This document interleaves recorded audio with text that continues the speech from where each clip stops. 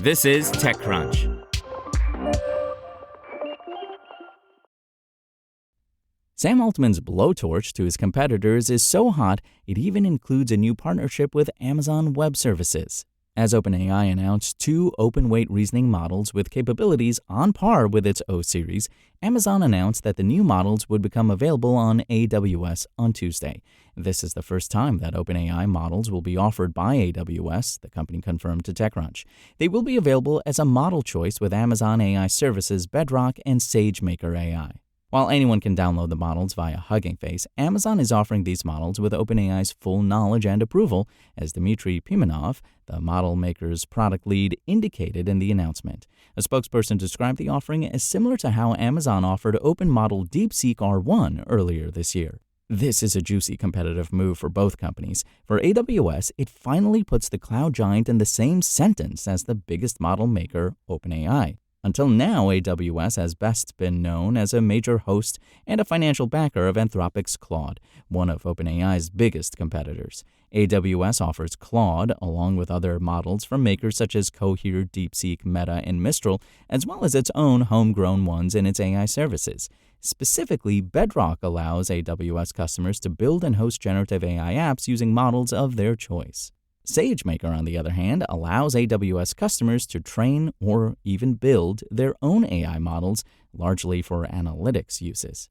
While AWS's ultimate rival Microsoft hasn't had a lock on OpenAI models since January, Azure is still OpenAI's most significant cloud partner to date. OpenAI even announced that Microsoft is offering versions of these two new models too, optimized for Windows devices. Watching Microsoft win an increasing amount of cloud business with OpenAI has been a public pain in Amazon CEO Andy Jassy's neck. Just last week during Amazon's quarterly earnings call, Jassy was pounded with questions from Wall Street analysts about how the company was losing ground in AI to competitors, particularly Microsoft. For instance, JP Morgan analyst Doug Anmuth asked Jassy to explain significantly faster cloud growth among the number 2 and number 3 players in the space, referring to Microsoft and Google. Later, Morgan Stanley analyst Brian Nowak told Jassy that Wall Street thinks AWS is falling behind in Gen AI, with concerns about share loss, peers, etc. Jassy responded with a minute-long diatribe that included this barb at Redmond: "I think the second player is about 65% of the size of the AWS." Meanwhile, another AWS competitor, Oracle, reported that it signed a $30 billion a year deal with OpenAI to offer data center services. This means that OpenAI plans to pay Oracle more each year than all of its other cloud services customers combined. Until now, AWS had been left out of any OpenAI-related glory.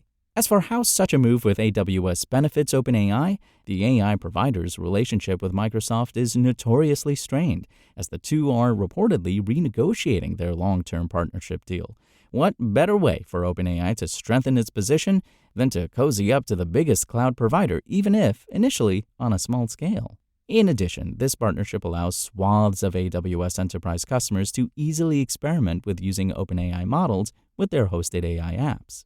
Meanwhile, Altman gets to undercut Meta's Mark Zuckerberg with this move as well, as OpenAI releases these two high-performing models under an Apache 2.0 open-source license.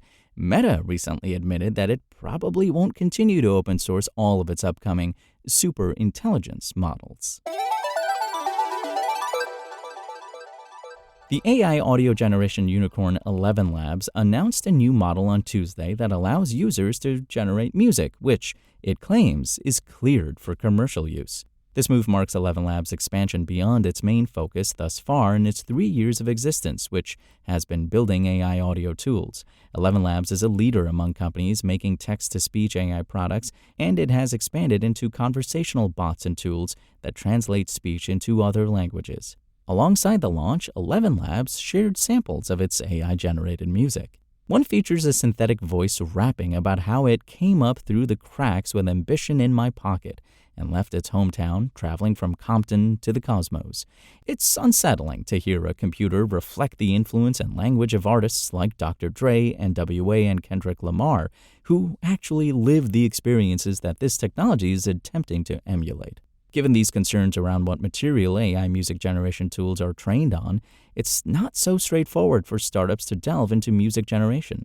Last year, Suno and Udio were sued by the Recording Industry Association of America, RIAA, the trade organization that represents the U.S. music industry.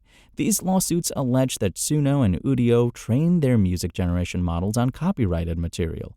The companies are now reportedly discussing licensing deals with major record labels. ElevenLabs also announced deals with Merlin Network and Cobalt Music Group, two digital publishing platforms for independent musicians to use their materials for AI training. According to Merlin's website, the company represents major artists like Adele, Nirvana, Mitski, Carly Rae Jepsen, and Phoebe Bridgers. Cobalt represents stars like Beck, Bon Iver, and Childish Gambino. A representative from Cobalt told TechCrunch that artists have to voluntarily opt in for their music to be licensed for AI use. Our clients benefit directly from this agreement in several key ways. It opens a new revenue stream in a growing market, includes revenue sharing so they participate in the upside, provides strong safeguards against infringement and misuse, and offers favorable terms comparable to other publishing and recording rights holders, the Cobalt representative told TechCrunch.